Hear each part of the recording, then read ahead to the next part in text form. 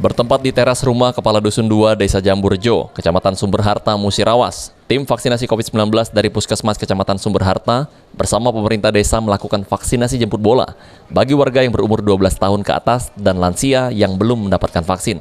Vaksinasi jemput bola ini dilakukan karena luasnya wilayah desa serta jarak tempuh yang jauh dari fasilitas kesehatan sehingga petugas harus melakukan upaya jemput bola ke lokasi. Selain dengan upaya jemput bola, dengan penuh kesadaran warga mendatangi rumah kepala dusun untuk mendapatkan vaksin dosis pertama.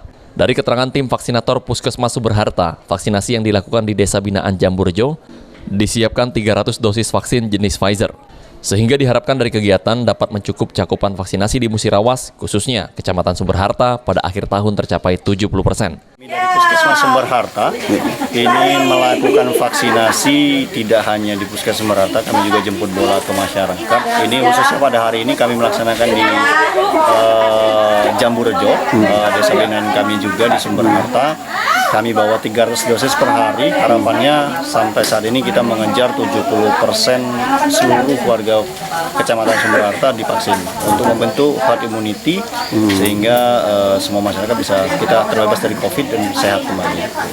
Sejauh ini memang ada beberapa kendala, tapi seperti sinyal dan lain sebagainya. Tapi alhamdulillah kita coba lakukan itu dan mencari solusinya.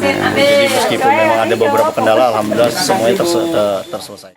Vaksinasi ini dilakukan dengan cara manual terlebih dahulu oleh tim vaksinator, sehingga para peserta vaksin dapat dimasukkan ke dalam daftar sebagai warga yang telah menerima vaksin.